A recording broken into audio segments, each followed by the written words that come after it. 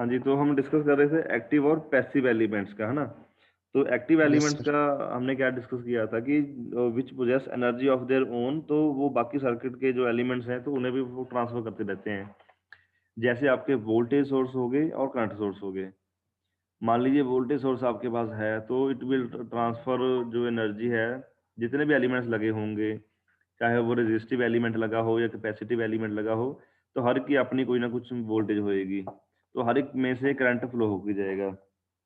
तो जो active elements हो गए आपके, तो वो एलिमेंट्स होते हैं जो पूरे के पूरे सर्किट में अपना एनर्जी वो ट्रांसफर करते हैं, है ना? तो इनके हो गए वोल्टेज हो गया और करंट हो गया। जो हम क्योंकि आप सर्किट है जो आपका कोई भी एलिमेंट उसमें लगा हो, तो जब आप उसमें वोल्टेज मेजर करोगे, तो जब सर्किट ऑन है, ऑन कंडीशन में है, तो हर एक की वोल्टेज कुछ ना कुछ होएगी। तो ऐसे ही करंट, हर एक में से कुछ ना कुछ करंट पास होके जाएगा। तो वो तो हो गए एक्टिव एलिमेंट्स। तो एक्टिव एलिमेंट्स है, तो पैसिव एलिमेंट्स क्या होते हैं जो बिल्कुल exactly opposite to active elements होते हैं। तो उन्हें क्या बोल सकते हैं? Those elements of circuit which do not possess any energy of their own, so they basically receive energy from the sources. तो सोर्सेज क्या होते हैं? वोल्टेज सोर्स या करंट सोर्स। तो पैसिव एलिमेंट्स आपके क्या होंगे कि जैसे हमने बताया कि कोई भी एलिमेंट्स हैं जिसके ऊपर अपनी कोई एनर्जी नहीं होती, बट जैसे सर्किट ऑन होता है उनमें एनर्जी ट्रांसफर हो जाती है। तो पैसिव एलिमेंट्स क्या हो सकते हैं? आपके रेजिस्टेंस हो सकते हैं, जैसे रेजिस्टिव एलिमेंट्स बोला, आपको कैपेसिटिव बोला या इंडक्टिव बोला। रेजिस्टेंस, इंडक्टेंस एंड कैपेसिटेंस आपके पैसिव एलिमेंट्स होते हैं आपके। So whenever the electrical energy is supplied to a circuit elements, it will respond in one or more of the following ways. तो उसमें क्या है कि ऑब्वियस है कि अगर एनर्जी ट्रांसफर होएगी तो किसी ना किसी तरीके वो डिसिपेशन होएगी। तो if the energy is consumed, ठीक है जी, अगर आपकी एनर्जी कंज्यूम हो गई है, तो जो उस एलिमेंट्स को हम बोलते हैं प्योर रजिस्टर। ठीक है जी, तो ये आपके तीन है। If the energy is consumed, then your circuit element is known as pure resistor. And secondly, if your energy is stored in a magnetic field, तो element is known as pure inductor element है, pure inductive element होते हैं। तो अगर आपकी energy, तीसरा case क्या है कि अगर आपकी एनर्जी है, if it is stored in an electrical field, तो उसे हम बोलते हैं प्योर कैपेसिटर। ठीक है जी, कैपेसिटर की एक एग्जांपल क्या हो सकती है? जो आपके फैन चलते हैं तो उनमें एक कैपेसिटर लगा होता है, जिसे लोकल लैंग्वेज में हम सेल बोलते हैं कि हाँ जी, जब आपका कभी पंखा स्लो हो जाता है या बंद हो जाता है, तो जब आपका मैकेनिक या इलेक्ट्रिशियन घर पे आता है, तो वो बोलता है कि इसके सेल वीक हो गए जी। सेल वीक होने का मतलब क्या है कि जो इसका कैपेसिटर है तो वो पर फंक्शनिंग अपनी नहीं कर रहा है। तो कैपेसिटर बेसिकली क्या है कि इलेक्ट्रिकल फील्ड अपने में थोड़ी सी स्टोर करके रख लेता होता है। ठीक है, जब क्लियर है आपको एक्टिव और पैसिव एलिमेंट्स क्या होते हैं? Yes sir. अगर कभी पूछा जाए तो जो अब जब आपका वाइवास वगैरह होते हैं, तो these are the most common questions. Give the differences between active and passive elements, या differentiate between active and passive elements, या define active elements and define passive elements. या क्या क्वेश्चन आ सकता है? Give the example of active elements. और एक question क्या आ सकता है आपका? What are the various examples of passive elements. तो एक लास्ट क्वेश्चन जो एक और बनता है, तो in what manners does passive elements behave. ठीक है, तो फर्दर तीन क्वेश्चन और बन जाते हैं। प्योर रजिस्टर क्या होता है, प्योर इंडक्टर क्या होता है, या प्योर कैपेसिटर क्या होता है। प्योर कैपेसिटर जिसकी अपनी इलेक्ट्रिकल फील्ड वो स्टोर कर लेता है। इंडक्टर क्या होता है? जो मैग्नेटिक फील्ड स्टोर कर लेता है। जो और ये रजिस्टर क्या होता है? जो जिसमें अगर अगर एनर्जी कंज्यूम होती है। ठीक है जी। तब इसके बाद कुछ आपकी डेफिनेशन है, linear and non linear elements क्या होते हैं। What are linear elements and what are non linear elements.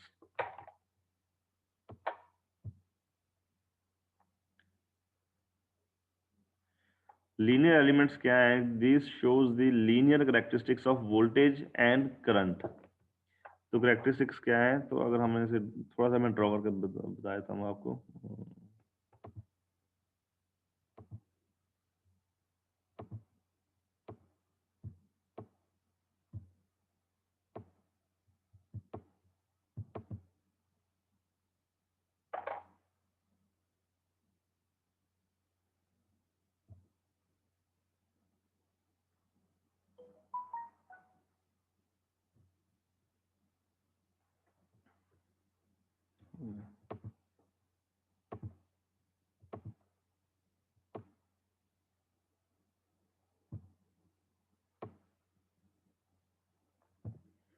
ठीक है, आपको ये शो हो रहा है? Yes, sir. So linear elements are those elements which shows linear characteristics of voltage and current. ठीक है, तो मान लीजिए इस तरफ वोल्टेज है तो दूसरी तरफ करंट है एक तरफ, तो उसे हम वी आई करेक्टरिस्टिक्स भी बोल देते हैं, वोल्टेज करंट करेक्टरिस्टिक्स होती हैं। ठीक है, सो इसमें क्या है कि लीनियर एलिमेंट्स से लीनियर करेक्टरिस्टिक्स आएंगे voltage and current, this that is its voltage current characteristics are at all times a straight line through the origin, जैसे हमने यहाँ पे की है। तो ये थोड़ी सी हल्की टेढ़ी मेढ़ी हो गई है, बट आप इसे ये मान के चलो कि ये बिल्कुल सीधी है। तो जो ये स्ट्रेट लाइन है तो इट मीन्स कि इट इज लीनियर करेक्टरिस्टिक्स। अब इसके अगर हमें एक छोटी सी एग्जांपल डिस्कस करनी हो कि the current passing through a resistor is proportional to the applied voltage through it, जैसे V is equal to I R होता है। ठीक है जी, तो लीनियर नेटवर्क या एलिमेंट क्या होता है in which one of the one follows the principle of superposition theorem. ठीक है, जैसे आप एक वोल्टेज दी है तो वैसे उसके कॉरस्पॉन्डिंगली करंटराइज होएगा या कुछ भी होगा, तो लीनियर करेक्टरिस्टिक्स आपकी आ जाएंगी। ठीक है, तो resistors, inductors and capacitors are the examples of linear elements and their properties does not change with change in applied voltage and circuit current। जितना मर्जी आप चेंज कर दो तो उनकी कैरेक्टरिस्टिक्स हैं जो वो लीनियर रहेंगी हमेशा। ठीक है जी, अब इसके बाद है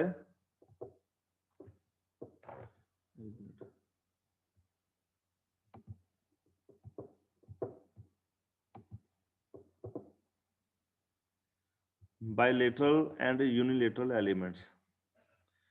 तो बायलेटरल यूनिलेटरल क्या होता है कि an element is said to be a bilateral network when same relation exists between voltage and current for current flowing in both directions।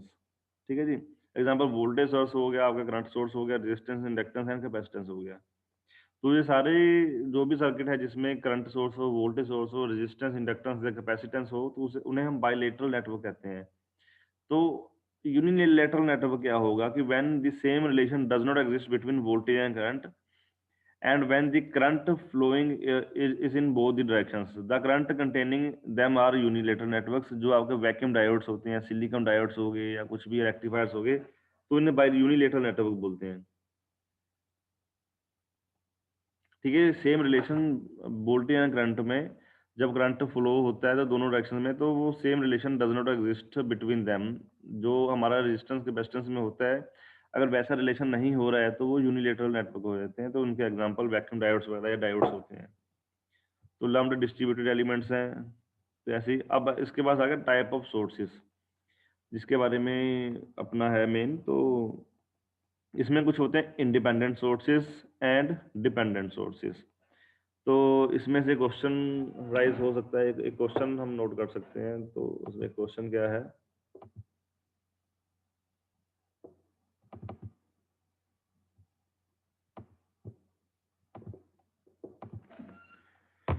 Question है what are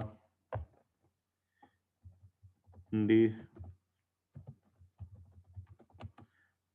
sources, similarly what are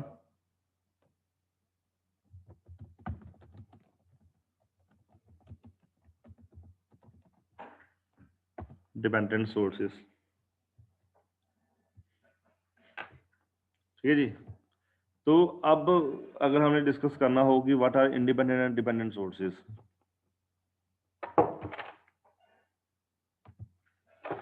if the voltage of the voltage source is completely independent source of current। ठीक है जी, अब मान लीजिए आपका voltage end voltage source है is completely independent of the source of current and current source is completely independent of voltage। मतलब कि voltage source में करंट का कोई इम्पैक्ट नहीं है, करंट सोर्स में वोल्टेज का कोई इम्पैक्ट नहीं है। तो दो sources are called independent sources, उन्हें हम इंडिपेंडेंट सोर्सेज बोलते हैं। ठीक है,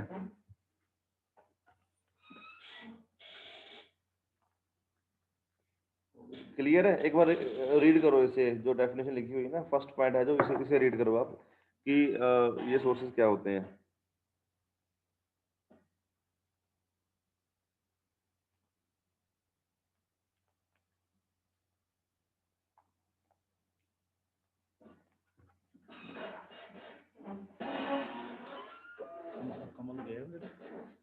नीचे exam duty.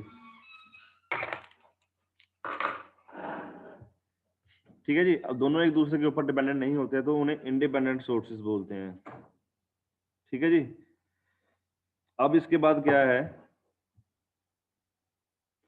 the special kind of sources in which source voltage or current depends on some other quantities in the circuit.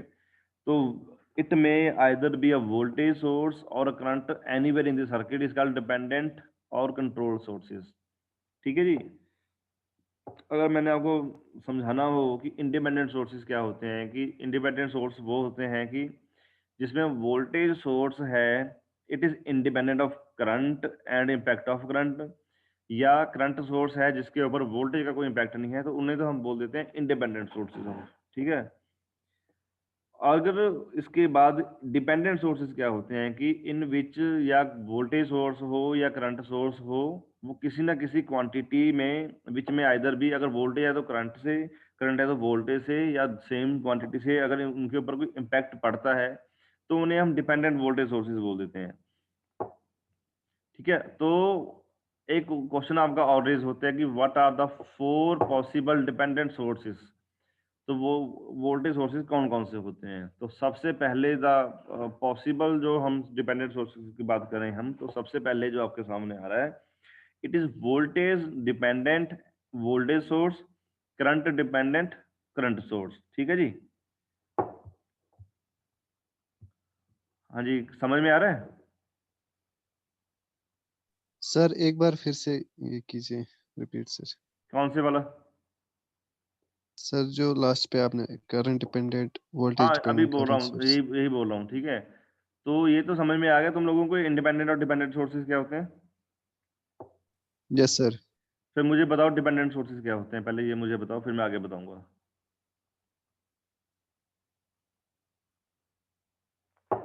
चलो शाबाश, ट्राई करो, बताओ। कोई भी बता दे, बिलाल, जुमनू, प्यूमा, विशाल, हिलाल, जो मर्जी बताओ, जल्दी बताओ। पर डिपेंडेंट वोल्टेज सोर्स क्या होता है? सर डिपेंडेंट वोल्टेज सोर्स वो होता है जो डिपेंड करे दूसरे क्वांटिटी पे। जैसे अगर वोल्टेज है वो डिपेंड करता है दूसरी करंट सोर्स पे सर, उसे हम डिपेंडेंट बोलते हैं सर। डिपेंडेंट वोल्टेज हाँ, मैं जो वोल्टेज हम के ऊपर भी कंट्रोल डिपेंड हो कर सकता है, सकते, जो करंट के हम ऊपर भी। जो सर हम कंट्रोल किसी दूसरी चीज से कर सकते हैं सर। हाँ जैसे हाँ, हमें एग्जैक्टली एग्जैक्टली। ठीक है, सर अब इसके 4 कॉम्बिनेशन बनते हैं, या तो वोल्टेज डिपेंडेंट वोल्टेज सोर्स हो, एक तो ये होगा वी वी हो गया। ठीक है, हम इसे अगर हमने वैसे ही लिखना हो कि हाँ जी ये क्या होता है, तो एक मिनट में यहाँ पे बोलूँ, इसे हम ऐसे ऐसे लिख सकते हैं, ये वी लिख दिया हमने कि वोल्टेज डिपेंडेंट वोल्टेज सोर्स, या हम सी लिख देंगे, सी। ये थोड़ा सा टेढ़ा मेढ़ा बनेगा क्योंकि यहाँ पे टाइप नहीं कर सकते ना, खुद समझ लेना। वी हो गया voltage dependent voltage source, C हो गया volt current dependent current source. अब इसके बाद क्या आ गया आपका, V C, V C voltage dependent current source, current source. या C C sorry C current dependent current source. ठीक है जी, वी सर ऊपर भी एक जगह आ गया करंट डिपेंडेंट करंट सोर्स, फिर करंट ये डिपेंडेंट करंट। वी कर दो इसे, करंट डिपेंडेंट वोल्टेज सोर्स। ठीक है, यस तो इन्होंने रिपीट करके लिख दिया। तो वी हो गया, सी हो गया, वी हो गया, सी हो गया। ठीक है, मतलब ये मैं वैसे ही आपको बता रहा हूँ, थोड़ा वे याद करने का। तो अगर हमने डायग्रामेटिकली इसे देखना हो कि अगर इसे इसकी डायग्राम कैसी है,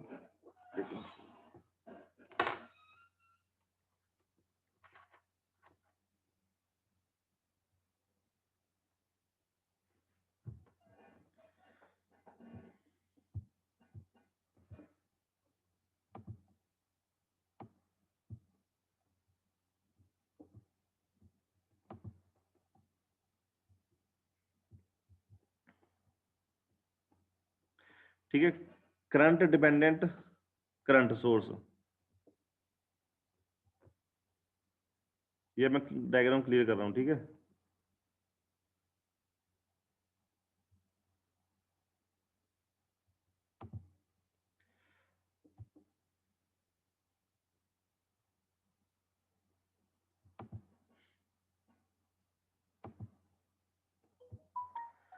ये हो गया आपका करंट डिपेंडेंट करंट सोर्स। अगर आपको ये क्वेश्चन आ सकता है, draw the diagram for current dependent current source. ठीक है, ये इसकी डायग्राम है। वोल्टेज डिपेंडेंट वोल्टेज सोर्स की ये डायग्राम है आपकी। ठीक है जी। Similarly voltage dependent current source अगर रिप्रेजेंट करना हो तो ये ऐसे रिप्रेजेंट होगा, और करंट डिपेंडेंट वोल्टेज सोर्स का ये ऐसे होगा। ठीक है, ये डायग्राम आपको याद करनी पड़ेगी। तो बेसिकली होता क्या, तो इसके बाद में अपना सारा आ जाएगा। ठीक है, डायग्राम देख लिया आपने, नेक्स्ट कर दूं? Yes sir, yes sir.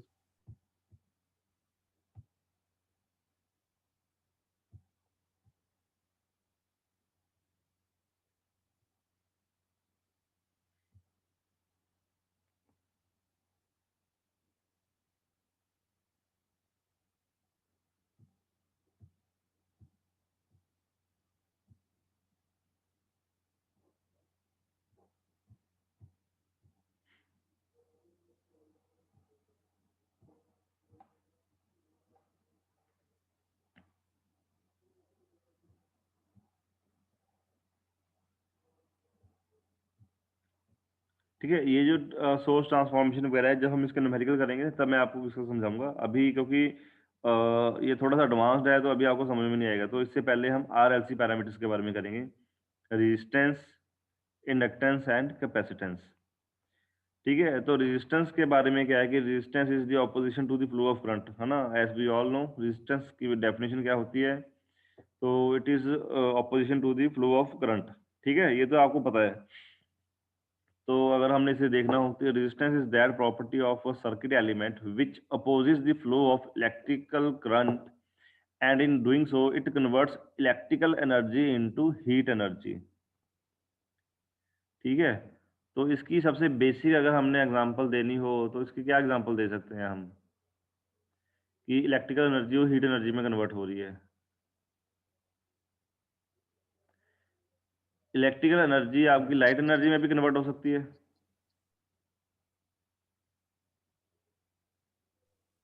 Yes sir. कहाँ पे होती है? Electrical sir, lamp.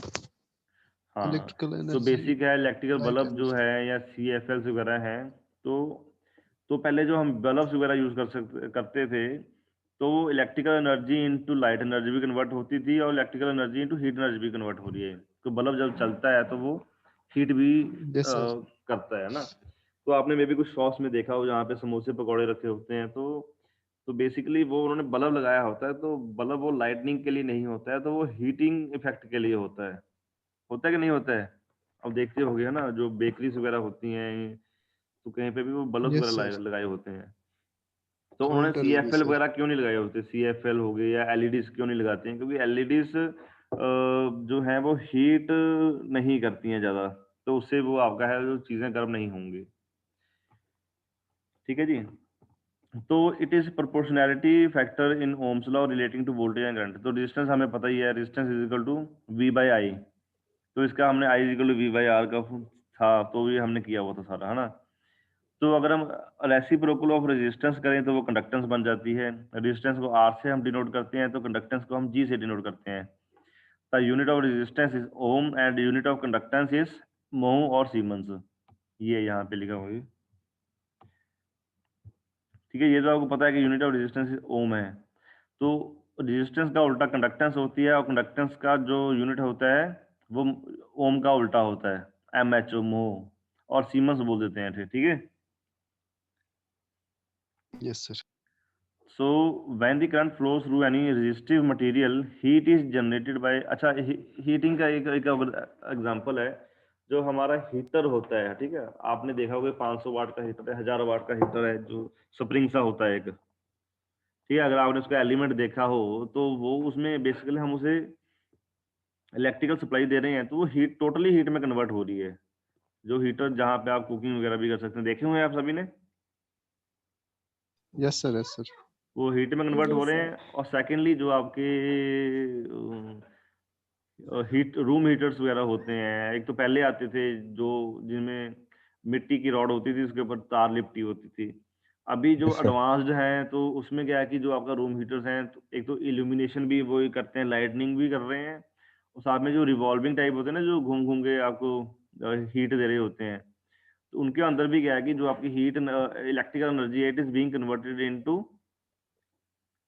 Heat Heat energy. energy. Heat energy. ठीक है जी। तब इसके बाद में कि चलो वापस यहाँ पे आए थे हम अपनी पीडीएफ पे। So when the current flows through any resistive material, heat is generated by collision of electrons with another atomic particles. The power absorbed by resistor is converted into heat given by expression P is equal to VI। चलो ये तो हमें पता ही है, P is equal to VI होता है। तो हमें अगर हमने यहाँ पे, मैं यहाँ पे लिख के देता हूँ आपको, P is equal to VI, रुको हैंग हो गया, P is equal to VI आपकी स्क्रीन पे शो हो रहा है जो मैं लिख रहा हूँ? Yes sir, yes sir. तो इसे आप मान लो इक्वेशन नंबर 1। Yes, sir. अब V क्या होता है? V is equal to IR Yes, sir. होता है। तो अगर इसे इक्वेशन 1 में पुट करें तो P की वैल्यू, इसका मतलब क्या होगा? P is equal to I square R हो जाएगा, yes sir, I raise to power 2 R. तो यही इन्होंने यहाँ पे लिखा हुआ है, P is equal to V I और I square R. I square R का मतलब क्या होता है? जो हीट आपकी कन्वर्ट हो रही है, ठीक है। P is equal to V I is equal to I square R, where I is the resistor in is the resistance in current in ampere है। तो इसमें थोड़ा गलत लिखा हुआ है ना, I is the resistor in ampere, yes sir, ये थोड़ा सा गलत लिखा हुआ है यहाँ पे, ठीक है। हाँ, तो जैसे इन्होंने यहाँ पे गलती की हुई है, तो इसमें क्या है कि P is equal to I square R, where I is the resistor in amperes. तो I is the current in amperes है, and V is the voltage across the resistor in volts, ठीक है। तो मतलब ये थोड़ा मतलब हम देख सकते हैं ऊपर नीचे, कई बार ऐसे हो जाता है कि फ्लो में बोला जाता है। तो अभी तो चलो नोटिस में आ गया ये, तो ठीक है जी। तो एनर्जी लॉस्ट का ये फॉर्मूला सीधा है, तो ये अपना उसके बाद आ गया आपका इंडक्टेंस।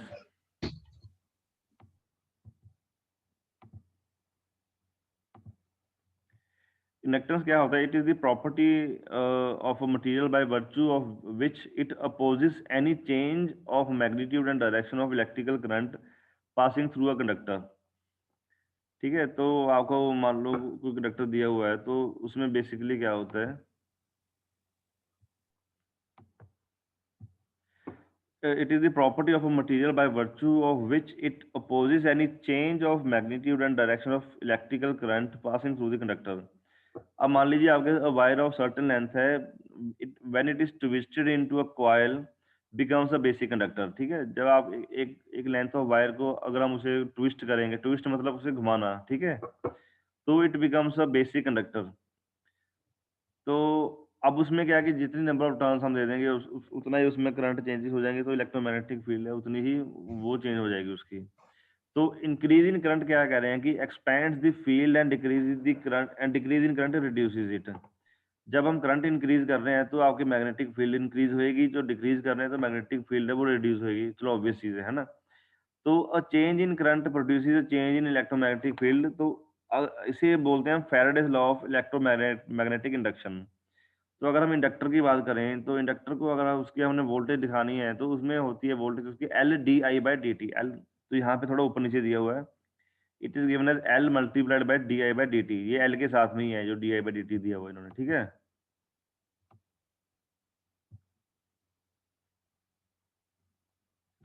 तो where V is voltage across the inductor in volts है, तो आई करंट है, तो D I by D T change in current with respect to time होता है आपका, ठीक है। तो जब इन्होंने मतलब पावर, एक तो ये आपको रिलेशन आ गया inductors, voltage across the inductor क्या होती है? L D I by D T. तो ये रिलेशन आपने हमेशा याद रखना है कि वोल्टेज अक्रॉस द इंडक्टर क्या होती है, it is always given as L D I by D T. ये आपने बेसिक्स इलेक्ट्रिकल में पढ़ा होगा वैसे। अगर आपने फर्स्ट सेमेस्टर लगाया है तो उसमें पढ़ा होगा, डिप्लोमा किया है तो डिप्लोमा में पढ़ा होगा, प्लस टू की है तो फिर तो पढ़ा ही होगा। ठीक है, तो आप सभी लीड से हो तो इट इज़ क्वाइट ऑब्वियस कि डिप्लोमा में आपने ये देखा होगा सारा कुछ। तो अगर हमने पावर अब्जॉर्ब इंडक्टर निकालने हैं तो उसे इंटीग्रेटिंग कर करा के जो उसका फाइनल रिजल्ट आता है तो वो ये आ जाता है आपका Li²/2। ठीक है, ये मैं आपको नोट्स भेज दूंगा तो आप इसमें खुद देख सकते हो। तो इसकी एग्जांपल दी हुई है इन्होंने कि एक करंट है इन 2 हेनरी इंडक्टर है। इंडक्टर की जो यूनिट होती है वो हेनरी होती है। ठीक है, अब मान लीजिए कह रहे हैं कि current in two henry inductor है, raises at a rate of 2 ampere per second. तो आपको वोल्टेज अक्रॉस द इंडक्टर निकालनी है।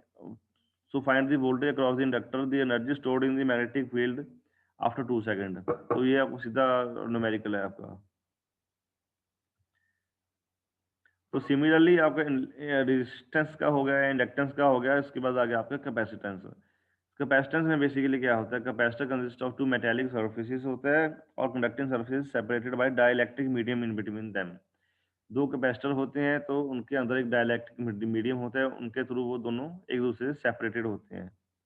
It is a circuit element which is capable of storing electrical energy in its electrical field. तो हमने सबसे पहले discuss किया था कि प्योर रेजिस्टिव, कैपेसिटिव और इंडक्टिव एलिमेंट्स क्या होते हैं। एक तो एनर्जी स्टोर करता है, एक एनर्जी इलेक्ट्रोमैग्नेटिक फील्ड स्टोर करता है। याद है कि भूल गए? मैं दिखाता हूँ दोबारा आपको।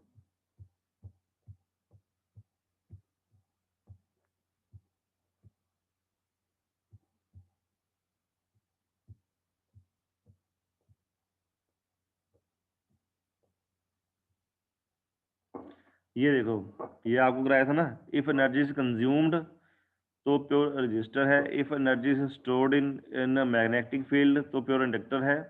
तो कैपेसिटर का आपको क्या बताया था कि जब electrical energy stored in the magnetic electrical field तो उसे प्योर कैपेसिटर बोलते हैं। ठीक है, याद आ गया कि नहीं? Yes, sir. ठीक है जी।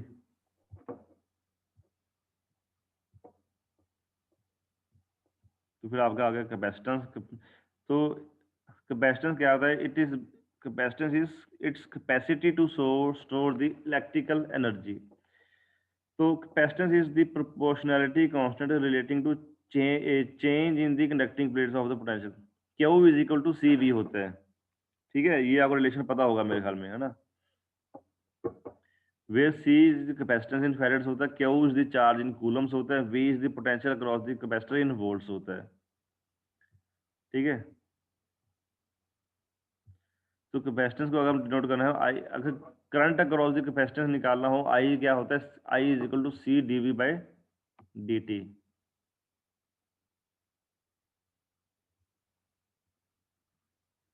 ठीक है, यस सर।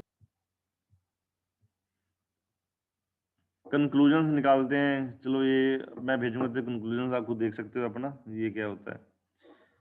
अब इसके बाद आ गया आपका किरचॉफ्स लॉ, KCL KVL। तो ये हम नहीं करेंगे। तो वैसे आपको पता है KCL KVL क्या होता है?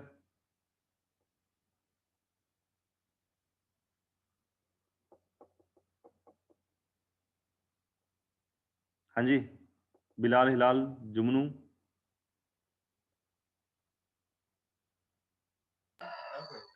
सर उतना याद नहीं है, थोड़ा भूल गया है सर। तो ये याद होना चाहिए, तुम लोग इलेक्ट्रिकल के हो, ये तो तुमने अपने डिप्लोमा में पढ़ा है किरचॉफ्स करंट लॉ क्या होता है। तो मैं बता देता हूँ। चलो, एक आपके पास मान लीजिए नोड है, तो उसमें से कुछ करंट आ रहे हैं, कुछ करंट, जितना करंट आ रहा है उतना करंट जाता है सर्किट में से। ठीक है, तो KCL जो है, किरचॉफ्स करंट लॉ क्या कहता है? The total current entering a junction is equal to total current leaving that junction. मान लो एक पॉइंट है, वहां पे आपका 2 करंट आ रहे हैं, I1 और I2, और बट जो लीव करके जा रहे हैं वो जा रहे हैं I3, I4, I5। तो इसका मतलब क्या होगा कि I1 plus I2 will be is equal to I3 plus I4 plus I5। तो इन्होंने कुछ और डायग्राम दी हुई है, तो हम इस डायग्राम के अकॉर्डिंगली अगर हमें देखना हो तो मान लो आपके पास एक डायग्राम है। तो उसमें क्या है कि I1 आपका आ रहा है और I4 आपका आ रहा है। The incoming currents are taken as positive and outgoing currents are taken as negative। ठीक है, तो जो केसीएल होती है, केसीएल क्या बोल रही है आपको कि incoming currents are equal to outgoing currents, ठीक है। Yes sir. तो इट मींस, अब इसमें डायग्राम में अगर आपके सामने हो, डायग्राम ध्यान से देखो, मैं थोड़ा जूम कर देता हूँ। डायग्राम देखो क्या समझ में आ रहा है इसमें से आपको, इनकमिंग करंट कौन कौन सा है। Sir I1 I4 sir. ये आपका मान लो नोड है, ठीक है, जो येलो येलो है। तो I1 और I4 आर इनकमिंग करंट। तो आउटगोइंग करंट कौन कौन से है, I2 I3 I5। I3 I5 yes sir. So according to your KCL, I1 plus I4 will be equal to I2 plus I1 I3 plus I5। Yes तो sir अगर हम दोनों एक साइड पे लेके आ जाएं तो ये क्या बन जाएगा, I1 plus I4 minus is I2 equal minus I3 minus I5 is equal to 0। 0। ठीक है, अब मान लो आपका I1 है 3, I4 है आपका 3, 6 I2 है आपका 2, I3 है आपका 2, तो I5 की वैल्यू क्या होएगी। 2 हाँ, तो ऐसे ही हम अननोन करंट की वैल्यू निकाल सकते हैं थोड़ा बहुत, पर ऐसा कुछ आपको न्यूमेरिकल नहीं आएगा, तो ये बच्चों वाला ही है, तो ऐसा कुछ भी नहीं आएगा आपको। सिमिलरली आपका केवीएल है, तो केवीएल क्या बोलती थी आपको कि in any electrical circuit the algebraic sum of products of current and resistance of the conductors in any closed path, ठीक है, इज इक्वल टू 0। ठीक है, केवीएल हो गया, केवल ये आपको बोल रहा था। तो इसका जब मैं आपको वीडियो लेक्चर फोन पे करवाऊंगा ना, जब मैं एक नोट इसका हैंड रिटन नोट्स बनाऊंगा, ऑनलाइन लेक्चर होगा, तो उसमें आपको बताएंगे सारा। तो ये हो गया IR ड्रॉप। चलिए यहाँ ये एक चीज आपको मैं और बता देता हूँ, साइन ऑफ बैटरी। ये ना मैं फाइल आपको भेज ही दूंगा आपके उसमें व्हाट्सएप ग्रुप में। Yes, तो sir. मोस्टली जब आप बुक्स कोई भी फॉलो करोगे ना, मान लो आपने बेसिक इलेक्ट्रिकल का इलेक्ट्रॉनिक्स का पढ़ना है, तो उसमें Yes, ये sir. थोड़ा सा कोई भी बुक ले लो, जेबी गुप्ता ले लो चाहे, या थरेजा ले लो, जो साइन कन्वेंशन होती है ना कि मान लो आपने केवीएल के थ्रू एक सर्किट सॉल्व करना है, तो उसमें आपने डायरेक्शन ऑफ करंट है तो नेगेटिव किसे लेना, पॉजिटिव किसे लेना, ये किसी में नहीं बताया होता है। तो ये जो पीडीएफ है ना, तो इसमें आपको साइन कन्वेंशन सारी प्रॉपरली दी हुई है। जैसे ये नीचे दिया हुआ है यहाँ पे कि इसमें जगह हमने सर्किट है, मान लो ये एक सर्किट आपके सामने है, तो लूप 1 लूप 2 लूप 3 आपने देखा होगा पहले, है ना। तो उसमें